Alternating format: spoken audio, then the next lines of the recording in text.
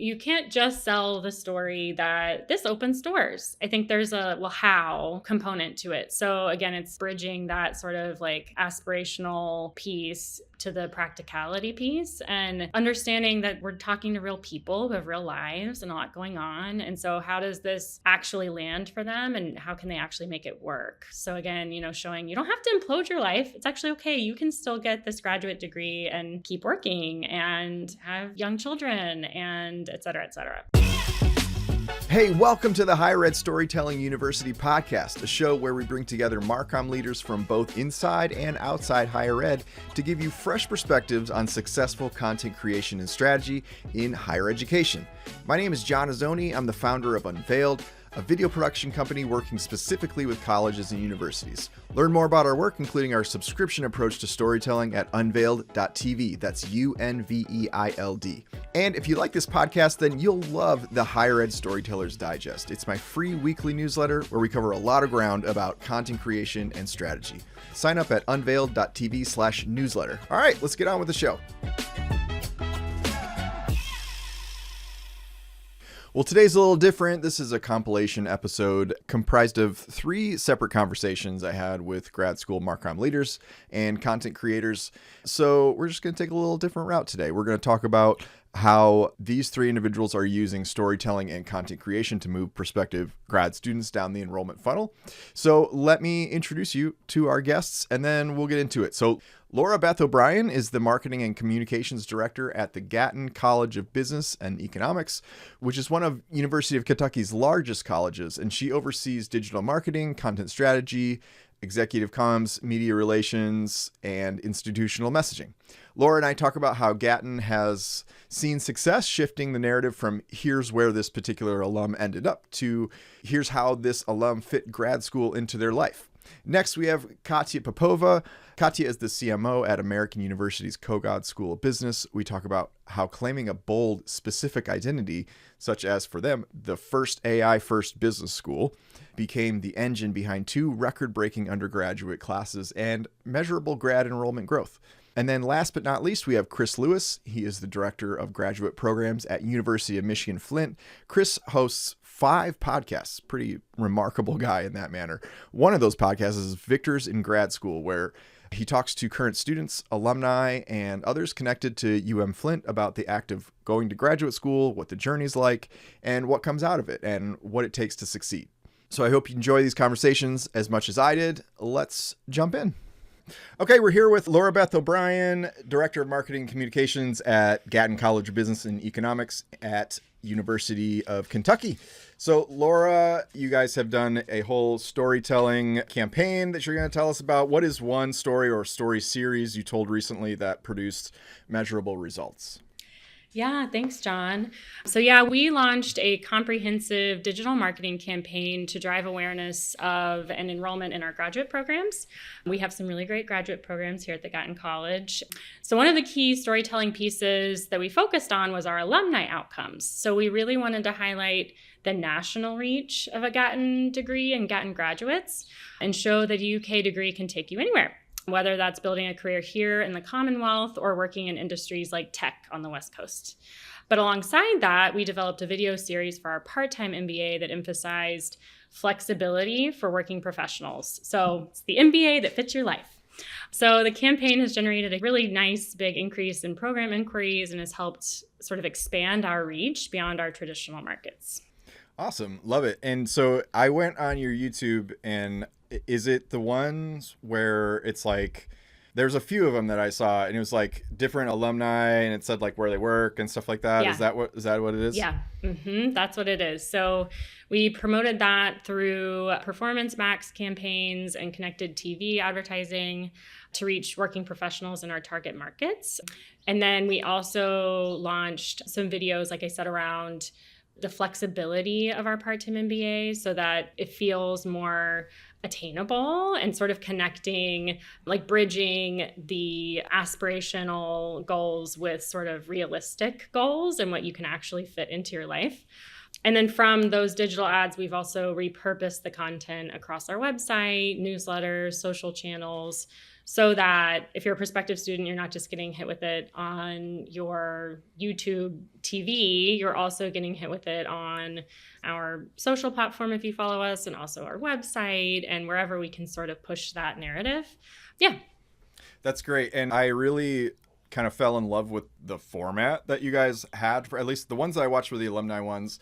And I loved how it was like different alumni, just a simple portrait shot of them and then their name and what they do. So you had like Champ Kelly, who's executive for Miami Dolphins. You had like a board member for the Grammys, an HIV researcher, retired head of, investor relations at Apple. So it's like cool stuff. And I feel like for an ad campaign, if I'm sitting and watching some show on Netflix or whatever and that commercial comes on, or if I'm like scrolling, I'm like, that's a good format where you don't have to like pay attention to the whole thing, but you can glance up and go like, oh, that guy's doing something cool from this school. He's a big deal. Yeah. Yeah, that's right. Yeah, exactly. We didn't want to hit people over the head too hard, especially attention spans being what they are these days. And it's a brief commercial when you're watching Parks and Rec on Peacock. So we wanted it to be very, as you said, John, just like quick, and you get the point without having to overthink it, and name recognition, these big brands. And yeah, for sure. And I like that you feature different industries too, because it's kind of like, I didn't know you could you could be a sports executive, like college could be a path to being a sports executive or something like that. So that's right. And I like that repurposing part too, because in my life, I keep getting retargeted with these ads for electric skateboards. That's my thing lately. Every once in a while, I'm like, should I spend $2,000 on this thing that goes 30 miles an hour? And the internet is like, yes, you should, yes, John. You should. Yes, you should. Here's another ad about it. So every time I get an ad from a different company, I'm like, ooh, that's a cool one. And then I go research that one. So it really is, it's a whole connected ecosystem that you have to build. It's not just someone's not just going to see your commercial and then apply and then enroll. It's like you really have to have this wraparound. You just keep hitting them with different stuff. That's right. So yes, smart. And our alumni features, I don't know if you saw those on our YouTube channel, but we have some alumni who are featured in sort of the flexibility ads, for lack of a better word, but the how this can work with your life. And to your point, we really wanted to drive that home too. Like, it's not just that you'll get this great job or that it'll open doors. It also, we're going to work with you. We're going to make it fit into your life so that you don't have to implode your life to get a graduate degree. Like, you can do this from anywhere. And so we have people speak on that in these ads. We have people speak on how going back to school was sort of intimidating, but then Gatton College really worked with them and made it less daunting, and that it's worth it. That's awesome. Yeah, super important, because that's the thing. We do a lot of graduate storytelling. We have one client that's a business school here locally in Michigan, and that's like the main thrust of like everyone's story is like, they made it easy for me to do this. They have a program that's like business school specifically for first responders. So like it's a program designed for people whose phones are going to go off at any time and they have to drop everything and go fight a fire or something like that. So that's incredible. Wow. So I've heard a lot of stories about like, didn't think I could do it, was able to do it. And like, that's the main decision blocker, I think, for a lot of anyone. I mean, it's anyone in grad school, not just first responders. Yeah. And I think it's where we are sort of as a society, is meeting people where they are and providing that flexibility to make it work. Yeah. Do you guys have any way of measuring who saw a video versus like what they did, applied, or something like that? Yes. It is tagged so that if they watch a PMAX video and they scan the QR code in the PMAX video, we will see them come in, and then they're taken to our RFI form. It's tagged that they came from the PMAX video. So yes. Yep. Okay, cool. Which is cool. Good to know. Yeah. So that is something we've really been working hard on, is our data and analytics, and trying to build that out so it's more meaningful and can help us with decision making. Absolutely. So what is something that you guys learned from that success that changed how you approach storytelling now? I think it's just really important you can't just sell the story that this opens doors. I think there's a how component to it. So again, it's bridging that sort of like aspirational piece to the practicality piece. And understanding that we're talking to real people who have real lives and a lot going on. And so how does this actually land for them, and how can they actually make it work? So again, showing you don't have to implode your life. It's actually okay. You can still get this graduate degree and keep working and have young children and et cetera, et cetera. So I think the story is just more well-rounded and more human-oriented when you can connect it in that way. Yeah. And as I was on your YouTube page this afternoon, I saw there's you had some Alumni Hall of Fame videos, and that I thought were pretty cool. Like long form storytelling. There's one of a woman that works at a Citibank, and you guys had her boss gave a little blurb. You had her husband was on a Zoom video, encouraging her, other people in her life that were just sending her encouraging messages. I thought that was really cool, and may or may not be connected to this campaign, but you guys just seem to be you're doing it. You're what to do with storytelling, and you're doing the right things. Thank you. I appreciate that. There's always more room to build, but I appreciate hearing that. So we're working on it. And something we've also been working really hard on is just telling more student stories. What are our students doing? What impact has a Gatton degree had on their lives? And so I think we've done a lot of really good work in the alumni space. And I think something the team has been focused on is trying to talk to the students more and tell their stories. Love it.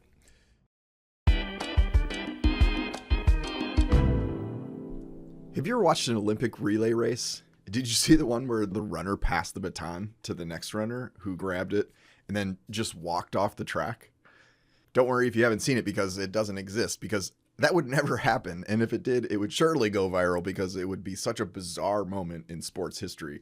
Folks, this is how so many colleges are operating with their videos. The videographer hands them the finished video, and then maybe they take a couple steps and post it to YouTube with a vague title, or they'll toss it in an email or two. But that's about where they stop and move on to the next thing. And when you lack a clear plan for distribution, it's hard to know where the finish line is. And so you stop way short of the goal, and only a fraction of your audience has an opportunity to see your video. Distribution is just one of the things we address in our strategy workshops. Not only are we going to help you figure out what videos you should be making, but we're going to show you exactly what to do with those videos when they're done. And all of this is built around you and your resources. So we're not going to hand you a plan that's unrealistic for your team, nor are we going to try to sell you a bunch of videos. Learn more at unveiled.tv/strategy, and on that page you can flip through a real strategy blueprint that we made for a client. All right, let's get back to the show. Strategically.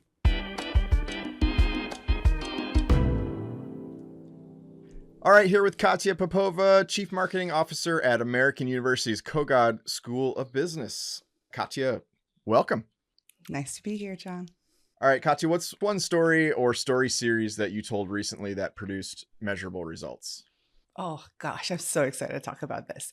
This is part of the strategy, too. So the big thing about the Kogod School of Business is we have now claimed a pretty exciting spot in the business school world of being the first AI-first business school. And that is a story arc that we have been working on tirelessly for about 2.5 years now. And it's been the most exciting thing that I've ever had a chance to work on. It starts from the school and everything that's happening within the school, but absolutely is topped with how we talk about it. So when it comes to my job is perception. My job is managing the reputation. And that transformation that happened on a very operational and a very academic level was something that gave us so much richness to talk about publicly.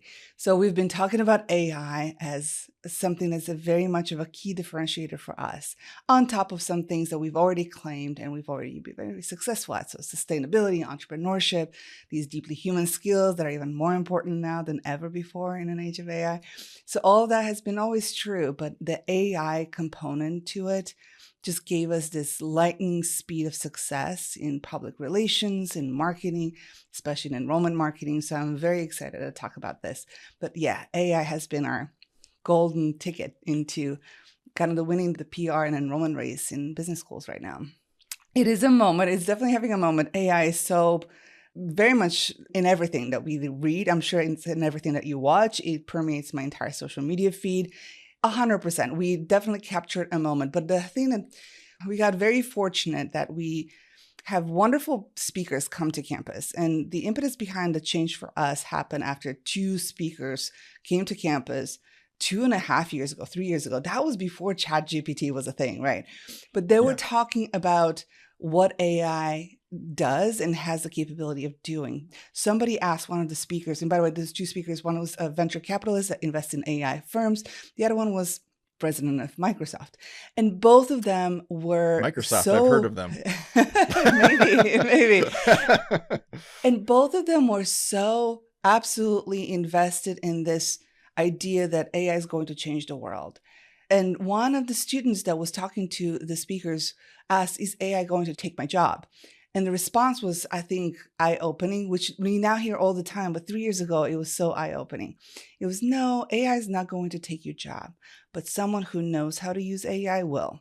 Mm-hmm. And that was the impetus behind our dean, who's a non-academic dean. He comes from Carlisle, so he is very much a business guy.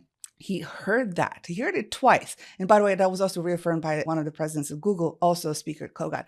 He heard that so many times that he said, needs to change. So it started by us completely redesigning the curriculum. We infused AI into everything that we do. That means not just an AI class here, not an AI class there. Every major, every core class, every grad degree has AI infused in almost every single class. 90% of our faculty is AI in the classroom. It is one of those moments that I think is shifting the economy in major ways. It's like what happened when computers were introduced into our world, right? It is completely shifting the way we do work, the way we think about work. And I think that we were very fortunate to kind of capture that moment. And then as marketing people, we were very fortunate to work with something very rich like that, something that we can actually claim to be first at and very, very good at. So is it some luck? 100%, but it's also the ability to see something before it materializes as a trend. And I think that that's where we were able to kind of utilize that business skills that we teach to apply to how we operate. That's amazing. And, you know, we hear so often that higher ed is so slow to adopt new things and, you know, move with culture. And it sounds like you guys were right at the edge. Like you saw that coming. Yeah. And like even, you know, years ago, back when it was just like a new thing. I remember the first time I heard about ChatGPT was probably like 3 years ago. And now we use it all the time for everything. Ask me about that. Oh my gosh. I wouldn't codependent with AI. Absolutely not. It's still probably somewhat native in our operations, but my gosh, the ability for it to unlock resources that you never had access to before, right? Like it democratized access to resources in many ways, which is the very positive and optimistic side of AI, which we obviously have chosen to believe in. Yeah. Well, kudos to you guys for really jumping in head first right at the beginning. I think that's a marker of a really forward-thinking business school. A lot of schools will claim that they're on the cutting edge and still be decades behind. Still on Windows 2005, right? Yeah. Yeah. And so you guys had some results from that. So tell me about the results of that whole narrative that you put together. Well, I'll start with a punchline because I think this is what's so exciting. We have had now 2 record-breaking undergraduate classes coming into the business school at American University for 2 years in a row. And we're talking some staggering numbers. We are looking at about 40% above our average numbers over the past 10, 15 years. So our undergraduate class is just really responding to this message. And we're seeing that even earlier in the enrollment funnel. We tend to offer a lot of content around AI for free to anybody who's interested to listen. So within our enrollment funnel for undergraduate, that is very much a topic that really kind of sticks the landing. So we put together at AU a class, it's called AI for All. And it is a 2 to 3 credit class that you can take for free if you are an admitted student for undergraduate. And we are one of 4 classes that are offered. We did not think that this was going to be that big of a hit. We were just like, this is some good content that we want to put out there. In fact, I have a module in it. I don't teach, but I have a module on it on AI and media. And we just thought it was going to be something that we do that's nice for students to get ahead of their classes. That class got waitlisted practically as soon as we opened it. It was so popular. So this is just telling us even earlier on in the enrollment funnel, it's really resonating. Now on the grad side, you probably are very well aware There's a lot of headwinds on the grad side in business schools. Our international student market is practically gone, which is what means that we need to kind of shift a lot more of our efforts and focus on the domestic market. And there we've had a great success story that is a shrinking market. There's not a lot of demand in the domestic student market for graduate business education right now. Yet we've had a growth of pretty significant growth in applications from the domestic side 2 years in a row as well. So we are seeing that the numbers are confirming that this is working, mostly because people are seeing that this is a business school that is invested in what's important right now from a career standpoint. The job entry market is shifting so quickly right now. Every business school is worried about that. And I just saw some numbers. We actually published a story in Axios. We got interviewed by Axios this morning. One of our students, she's running a survey around how people use AI in colleges. And she's been doing that for a couple of years now. And the increase in which employers are now asking about your AI skills last year compared to this year is almost twofold. So we know that employers are asking for it. We know that they want it. And I'm proud to say that we're on the leading edge of teaching our students what to do with it. And I think that's a great story to tell that you feel good about. So then the bottom line is the enrollment numbers are responding. And I think that, as any marketer will tell you, that's the only KPI I don't care about. Everything else is a bit of a vanity. It's a bit of a vanity, like, oh, I've got reach and I got hit rates. These are important, but I think that it's the KPI truly is enrollment.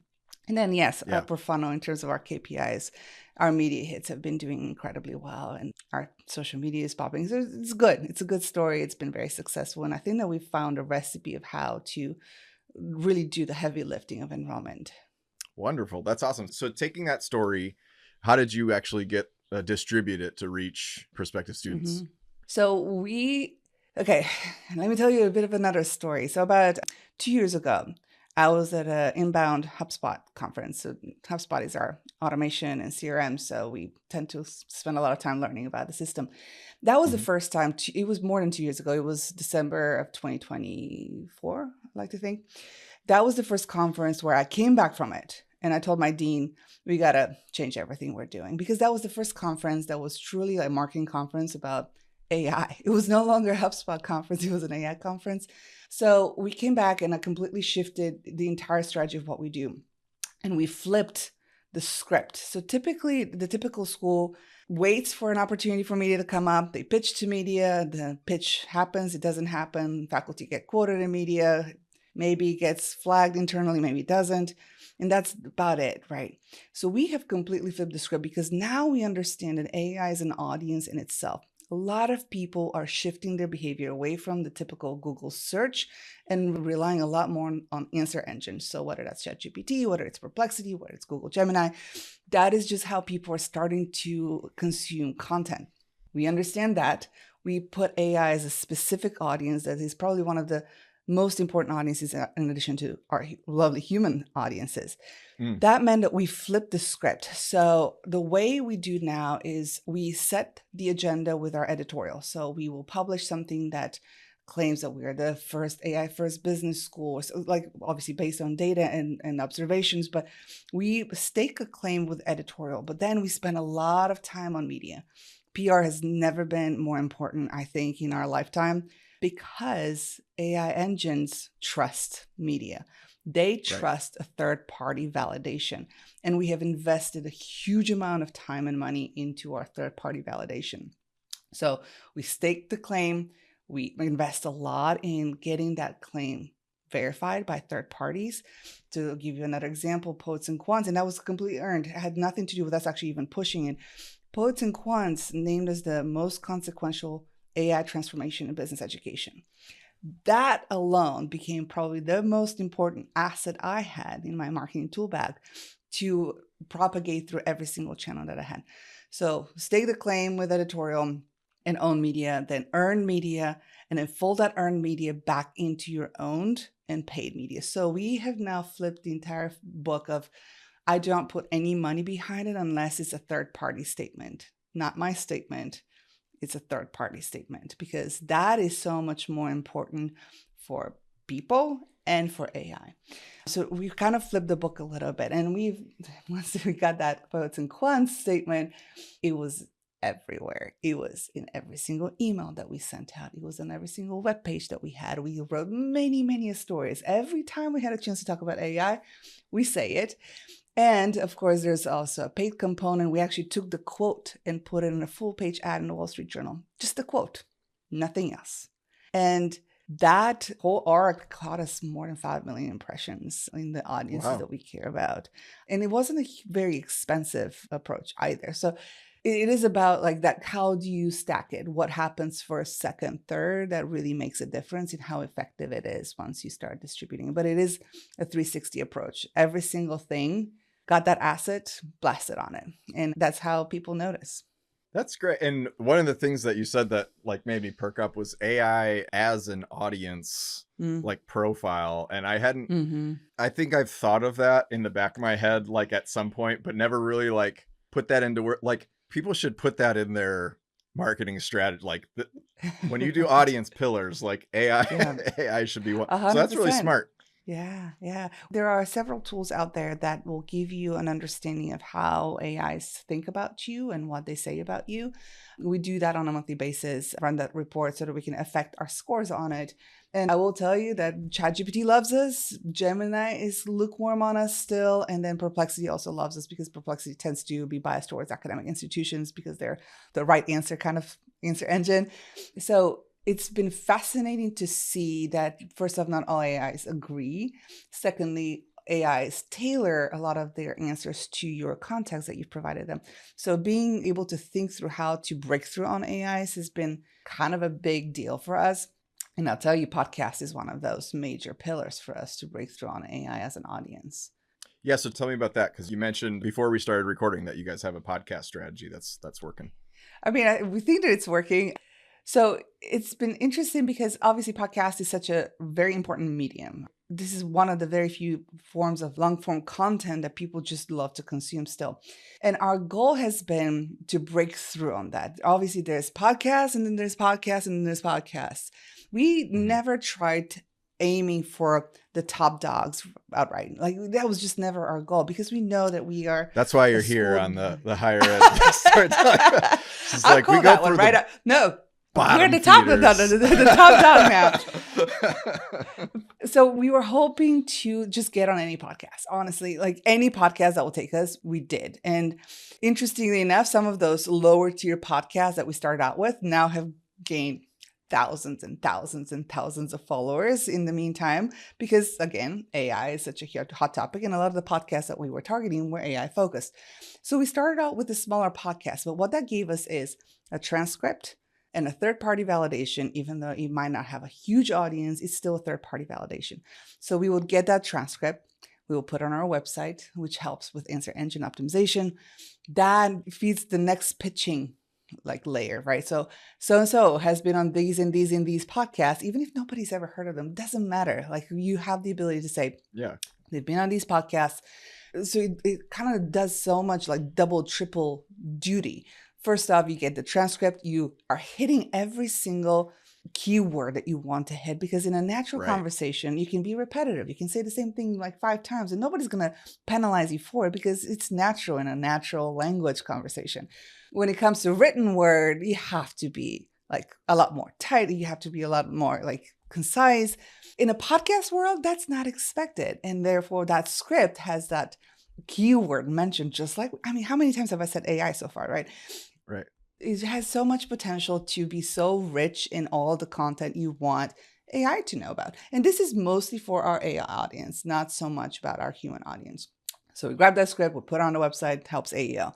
Then we use that to earn more media, earn more media, earn more media. It is the same cycle. We put it on the website, we pitch more. And we've over time climbed in the ladder of the podcast. And I think that's been really interesting to see how it works because typically if you don't leverage that earned media, it just dies the moment it gets published and within 24 hours, it's just gone. Yeah. So we are trying to capitalize on the moment of, hey, it's out there, fantastic. Let's make sure that the LLMs know this in and out. So that's been really, really helpful. And we're seeing that one of our most popular articles on the website is something of a media win with one of our tax professors. And we even actually just got the snippet, the overview of what was said in that interview, that is our most read article in the last 12 months because it's also Wow. AI and tax. So it's fascinating to see that these are the glimpses of things that work, and we've kind of latched onto the ones that we've seen work. That's great. Amazing insights. I love to see a good cycle that's just kind of like just keeps feeding itself and you just keep running the playbook, you know? Yeah. Yeah. It's like there's a downward spiral and an upward spiral. I'd like to think that we're on the upward one at this point. Yeah.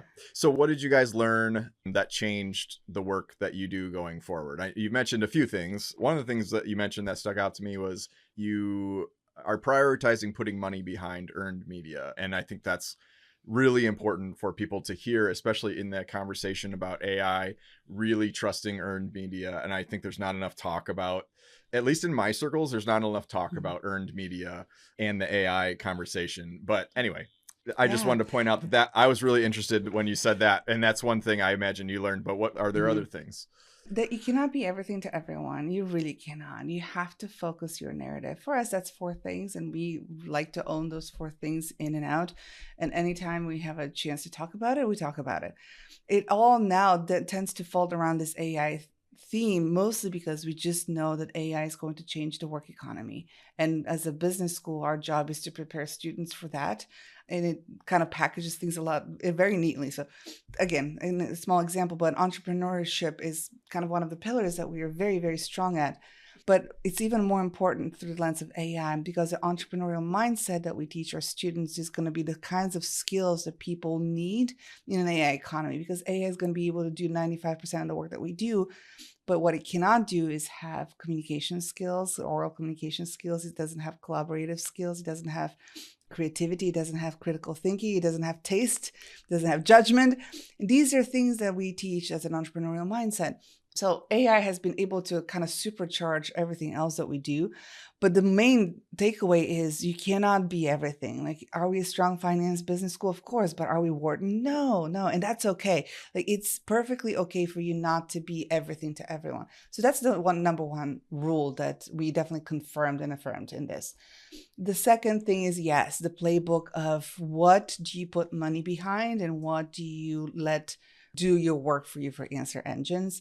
And then the third thing is AI is very much one of our target audiences. I think that is an acceptance that we've had for the last 2 years, and it's paying off. We actually have attributed enrollments to AI as a first touch in our system, which is mind-boggling to me. Again, like, our consideration cycle for business school is 18 months for grad degrees, 18 months plus. The fact that we have an AI first touch attribution for enrollments at this point blows my mind, because it started 18, 24 months ago. So that's pretty cool. And I'm pretty excited about that. That's amazing. Awesome. Very impressive. And so there's some ranking news coming out. Well, by the time that this episode comes out, it will be out. And so do you want to tell us about this fabulous news? Do I want to tell you? I might get in trouble. I will say that this is going to be the highest ranking on record for the business school.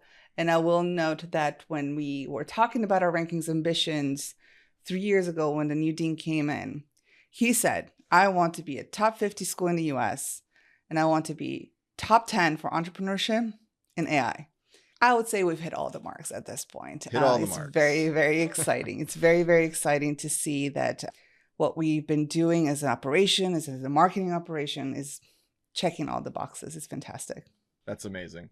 Well, once in a while, there comes an interview that I do where it makes me want to go to that school. Well, my job is done too. Yeah. I mean, I was terrible at like math in high school, and I work with some data science institutes, and sometimes doing those interviews, I'm like, man, maybe I'll go to be a data scientist now, hang up my video hat. But now I'm going to go be an AI, business, whatever. This is really interesting. It does make me go like, man, like there's people teaching cool stuff out there that I want to learn. Oh, it's fascinating. Let me tell you about this one class. One of our professors who's been teaching for many years entrepreneurship, he's the director of our entrepreneurship center. He just launched a class. It's for the undergraduates. Not a single textbook, John. The entire class is prompting. The entire class is prompting AI. Not a single book. And I think he's teaching entrepreneurship. So by the end of the class, people walk away with a business plan, with a presentation and a pitch deck. Like they're ready to talk about what business they're going to start. I think this is fascinating. I missed that boat too. Like I was in school 20 years ago. Like this I'm learning by osmosis at this point, but I think that it's exciting of the possibilities, and it's about what you do with those possibilities that I think that makes it or break it for business schools now.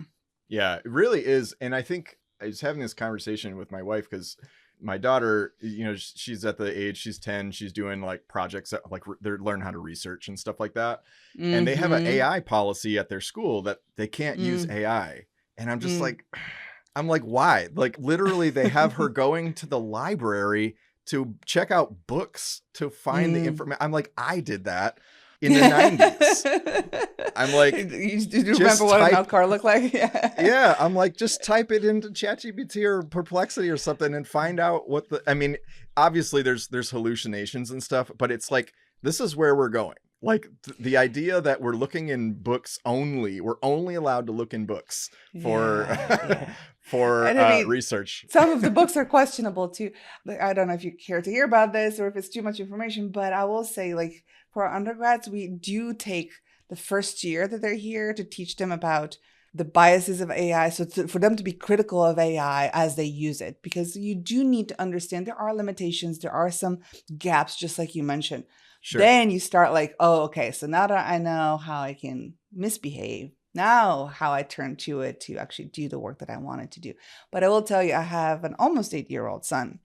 And whenever I'm thinking about what are the skills that I want him to know growing up, knowing that the world would look very different for him than it did for me, I am honing in on communications, being able to present in front of a crowd, being able to be on stage, be able to speak in a microphone, be able to articulate a problem. Because I think that next level of who's going to succeed or won't succeed is AI can solve any problem, but the problem it has is that it cannot define the problems. And I think it's going to be up to us, the humans, to be very articulate about the problem we're trying to solve, because AI will solve them. But you need to know what problem you're solving for. And I think that's a skill that we should be drilling into every single kiddo out there, from as early as my 2-year-old to my 8-year-old and 10-year-old. Wonderful. Well, that's a great place to stop. Thank you so much, Katya. This was a great conversation, and I'm excited for all your success at Kogod, and I encourage our listeners to go check out what they're doing. And yeah. Thank you, John. It was a pleasure. So good to see you. All right, we're here with Chris Lewis from University of Michigan Flint. Chris, welcome to our series here. Great to be here. Thanks so much for the invite. Excited about the conversation today.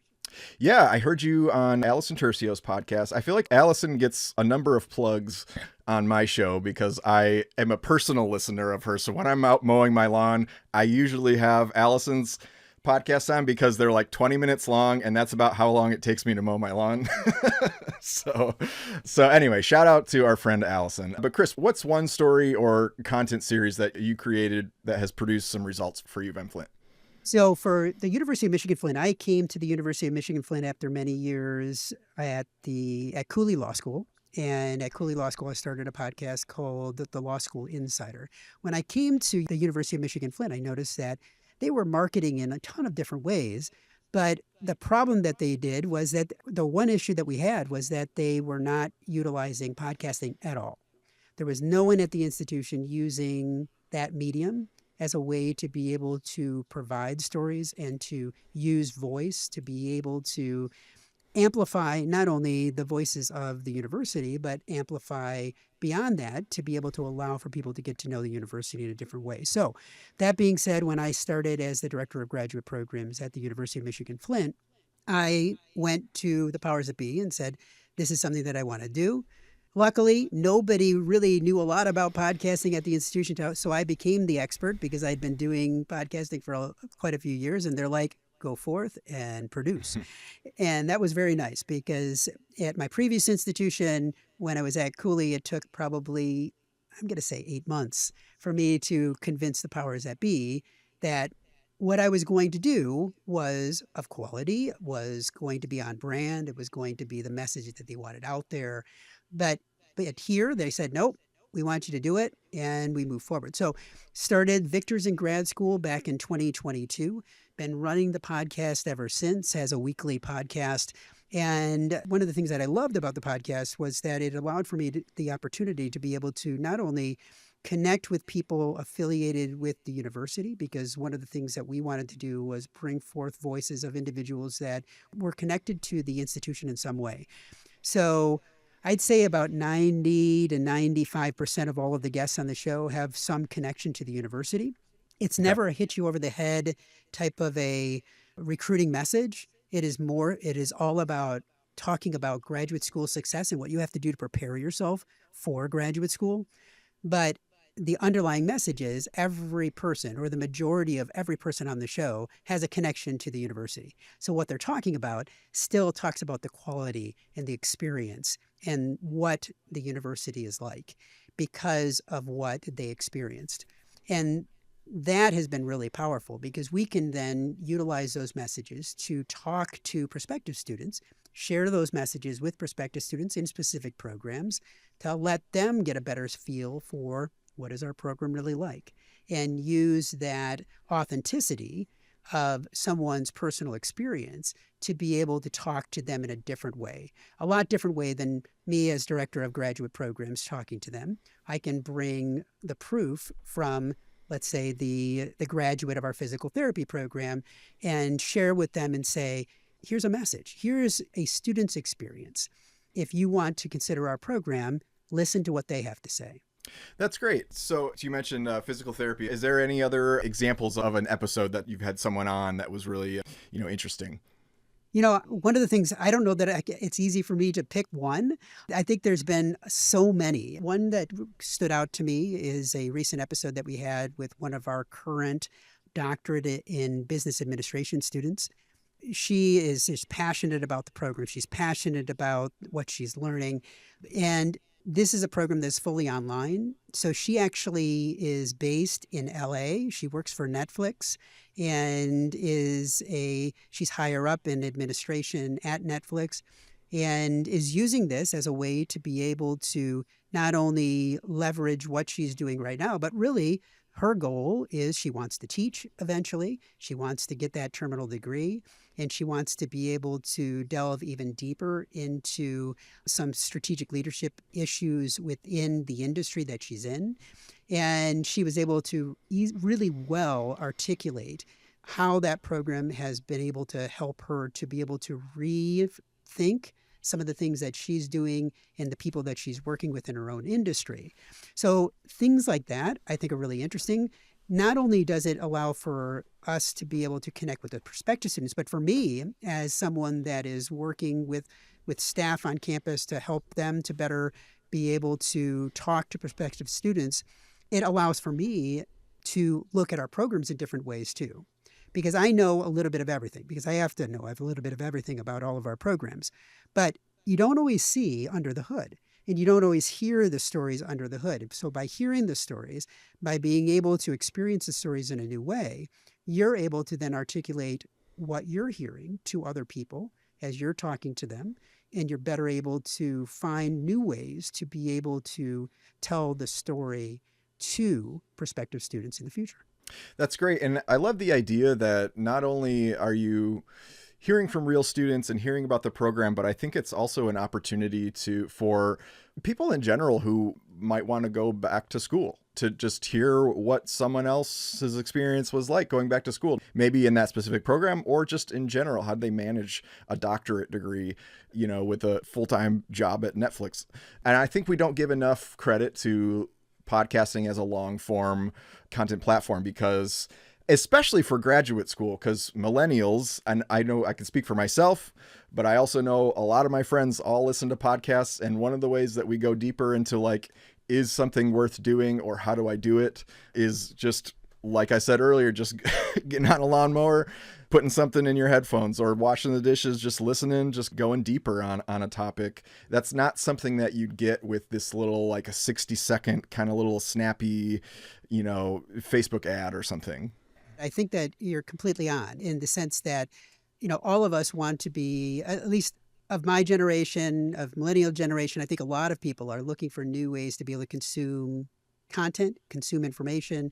I think even Gen Z more and more people are turning to YouTube or they're turning to TikTok and they're looking for short form.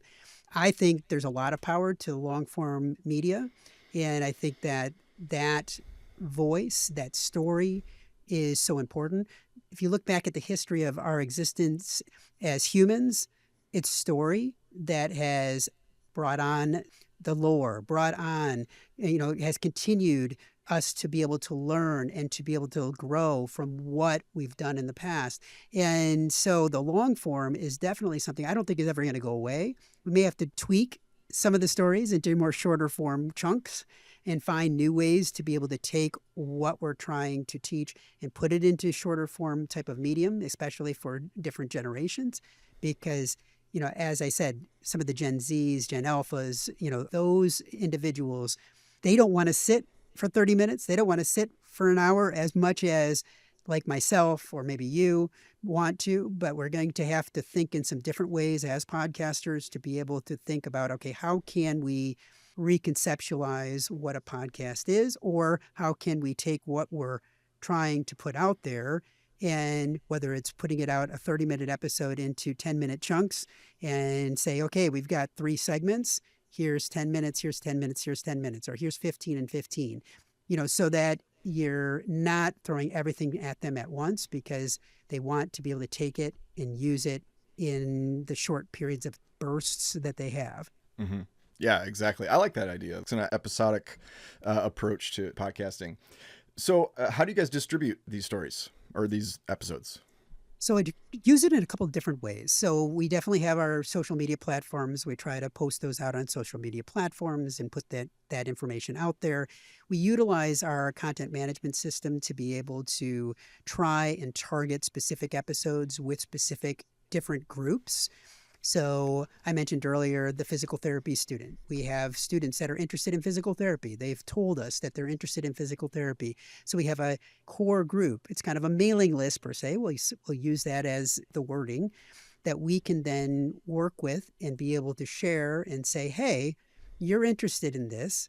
Here's a value added for us to be able to share that with you.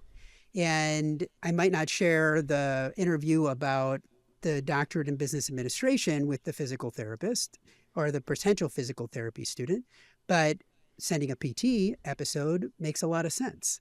So, we're trying different ways to be able to get the content out in front of people. It's definitely grassroots, and we continue to try to get people to share. Been utilizing LinkedIn a lot to be able to try to target specific people that are interested in specific areas as well. We have a newsletter on LinkedIn that we use specifically for the podcast that has almost 1,000 people that have subscribed, which Wow. isn't huge, but I mean, for a university, it's not bad. And every week, those 1,000 people are getting that newsletter and they've signed up for it. So that's more than I get to talk to in a webinar, that's for sure. So, That's true. the way I look at it is, even if I had 10, 20, 30 people that are listening on a weekly basis, while I would love 100,000, I mean, even 10, 20, or 30 is more than a lot of times we get in a regular webinar or in another information series. So if people are actively listening and wanting the content, reading the content that we send out in the newsletter, it's a whole new platform that allows for us to be able to share that story, share the story of the university, and be able to engage them in different ways. Yeah, that's great. I love the idea of the newsletter on LinkedIn and making it platform specific because, I don't see enough grad programs really taking LinkedIn seriously beyond just doing ads, but really thinking about it as like, what are people on here to do and how can we talk to them organically? So I love that you have, remixed the podcast like in a platform specific way. I want to ask, I know with podcasting, as with like all of content marketing, I feel like it's really difficult to pinpoint any specific enrollment outcomes or anything like that. But I find often, like, because I could point to, some clients that we've worked with that I wouldn't have met without the podcast. That's about as specific as I can get with this show. But do you have anything like that where, there's been opportunities that have come up or someone has enrolled that wouldn't have if it weren't for the podcast? There's been a number of different messages that I've received over the time since we started this, of people saying, I listen on a regular basis. This has been great. I really appreciate the content. On our application, we do have one question that we ask about how did you hear from us? And we are starting to see a little bit of an uptick of individuals that are saying, I heard about you from the podcast. And I'm like, yay, because that to me is a way to be able to say, okay, because we can look at the analytics, but but again, like you said, it's not always easy to tie the analytics of, this episode, I listened to this episode and this made me apply. So for me, it's a grassroots effort of individuals starting to learn about our university in a new way, which ultimately, when I do have links in the notes that will link people back to our programs, to our website, and are trying to kind of see what we can do to track those as well, and clicks. We're trying to see if there's other ways to be able to, as someone clicks in, or if they ask for more information on our RFI form, we do have something in there that says, again, how did you hear about us? Now, it's not a required field, so somebody could skip it, but podcast is on there. It's one of the things that they can say. And I've started to see a few more people that are starting to say that as well. So all of those pieces make me think that this is working. I'm seeing the number of people that are listening going up incrementally, of course, but typically higher ed podcasts are not the ones that are getting the million downloads and such. But for me, like I said, even if I get a smaller number, that's okay, because that's more than I typically would, and that incremental growth that I'm looking for. Yeah, that's great. Yeah, you're not competing with Theo Vons of the world and and stuff like that. I just posted in my newsletter last week that's the exact same thing of like, if someone were to come and look at the analytics of my podcast, like under the hood, it's actually pretty embarrassing for a podcast that's been around for 5 years. But I can point to a lot of conversations that I've had and people that have reached out to me on LinkedIn that are like, I love your podcast. I'm getting value out of this, this, and this. And those, and like I said, I can point to actual dollar amounts that have come that wouldn't have come without the podcast. And so I think when we think about whether one platform is working or not, I really think about as kind of this content whirlpool, like, is the whole ecosystem working? Because someone might find you on TikTok and then bounce over and listen to a podcast and then get your LinkedIn newsletter, and kind of like all that together mashes up to some sort of results. So then the question really becomes, is the podcast an effective part of that whirlpool? Not so much, is this the thing that's driving the last click, for them to enroll? It's nearly impossible to parse it out that way. I'd agree. And I think that anyone that's working in higher ed these days, especially on the enrollment management side, but even in just the marketing and communication side of things, you have to have many different channels to be able to hit your prospective audiences in the way in which they're consuming content. There's not just one way. We can't put all of our eggs in the basket of email. We can't just say, hey, we're going to text people. We can't just say we're going to have a newsletter. You've got to have evergreen content. You've got to have blogs. You've got to have, pieces that someone can download and you capture their information that way. You have, podcasting, videos, whatever it may be. And the challenge with that is it's time, it's bandwidth, it's figuring out, where do I put my time and effort? And that takes a little bit of time and effort to figure out, okay, what is working, but you can't give up right away. So the way I look at it with podcasting takes a lot of time. It does. And you have to be very passionate about it, especially if you're doing it as a one-person shop, unless you have a team of people that are helping you, which would be amazing. I am a one-person shop. So I'm the host, I'm the producer, I'm the everything.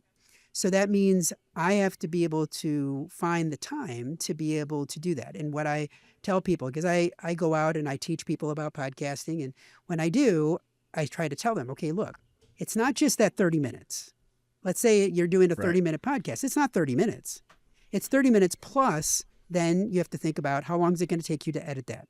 Now, if you just say, whatever I recorded is gold and I'm throwing it out there, I wouldn't recommend that. I'd say you probably want to do a little bit of editing. But if you do light editing, I would say it's going to take you about double time. So if it's 30 minutes, you got add another hour onto it. You got an hour and a half in. If you're doing heavy editing, you're probably at 2 hours in, or 2 hours plus the 30 minutes, so maybe 2.5 hours. Yeah. Plus then you have to look at what are you doing for social media? What are you doing for podcast notes? What are you doing? So, I mean, you could be looking at a 30-minute podcast could take you 3-4 hours to be able to get all of it done. Now, I don't say that to scare people, but it's the reality. And so you have to be really passionate about it. And you have to be willing to go beyond, let's say, the first 5 episodes or first 10 episodes to be able to and see and give it enough time to see, are you getting results? And not give up when you're putting out a few episodes and you don't see you're getting any listens, because people aren't going to find you that easily. And it's not going to happen like that. Yeah. I like to say, like, don't tell me that you're going to start something. Tell me that you've been doing it for, the last 6 months and where I can find the episodes. I had got a funny email that I just laughed at from my daughter. I have 2 daughters, their school, and they sent out an email that said, we're going to start a newsletter, for parents, and we're going to talk about this, this, and this. And then they were like, it'll come out quarterly, in parentheses, I hope. And we're like, we're already... Just don't bother. Don't even bother. You're already walking back your commitment. Yeah, consistency is key. I mean, if you're going to do this, you need to be consistent because your listeners are going to expect it. So if you tell your listeners you're going to be there weekly, you better be there weekly. If you tell them you're going to be there biweekly, be there biweekly. Whatever it is, you need to hold up your end of the bargain, or you need to be honest with your listeners and say, okay, we thought we were going to be able to do this weekly. We can't do it weekly. We're moving to biweekly. Be honest about it, and then move forward. Yeah. Okay, last question. What did you learn from this podcast that's changed the way you think about content now? I think that I have learned over the last, 5 years, 6 years that we've been, or 4 years. What I've learned probably over the last 4 years of doing this is that every story is different, but there's a lot of commonality in regards to what people have had to do to find success in graduate school. And I'm going to say that I'm not going to stop doing this because I have found that it has been very valuable. The people that have responded have said it's very valuable. And even though there are commonalities, every person's experience is a little bit different. And I think that even if, I'll use that PT example, even if you're not going to be a physical therapist, you can still learn from that physical therapist. You can still learn from that person going in to get their MBA. Even if you have no interest in that academic area, there are fundamental things that each person can do. And I think that we don't talk enough at the graduate level about what do you have to do to be successful. We talk about, how do you get in, or how do you pay for this, or how do you, and those are important conversations. But ultimately, yes, we want you to enroll, but if you enroll, we want you to finish, and we want you to complete that degree. We want you to be successful. We don't want to admit you and then you're gone in 6 months, because ultimately we want you to be an alum and we want you to go out and be successful. But there are things that you can do from the beginning. And so for me, that's one thing that I've loved, is being able to really hear from people that have gone and done it. I've done my own graduate degrees. I know what worked for me, what didn't work for me. But hearing it from other people and hearing about their experiences, I think has been really, really eye-opening. And as we've gone forward, I've also heard from people saying, well, what about this? And this is a question that I have. So I'm starting to try to bring in some of those questions to be able to, and I've even done some shorter form audio content that I've just answered, kind of like a ask, Dr. Lewis type of content where people can come to me and just ask questions. And I've enjoyed that too, because then we're actually engaging the listener in a little bit different way. Yeah. Love that. Well, this has been a great conversation. Thanks for answering my questions and telling us about your podcast. Where can people connect with you if they want to link up with you? Sure. LinkedIn is a great way. Dr. Christopher Lewis. I'm out on LinkedIn under that. So just linkedin.com/Dr. Christopher Lewis. But also my email, drclewis@umich.edu. And would love to chat with anybody that has questions. All right. Well, thanks for coming on the show. Hey, thanks for listening. I want to give you 2 things before you go. Number 1, reminder to sign up for the Higher Ed Storytellers Digest. It's my free weekly newsletter for Marcom leaders where we talk about all things content creation and strategy in higher ed. Subscribe at unveiled.tv/newsletter.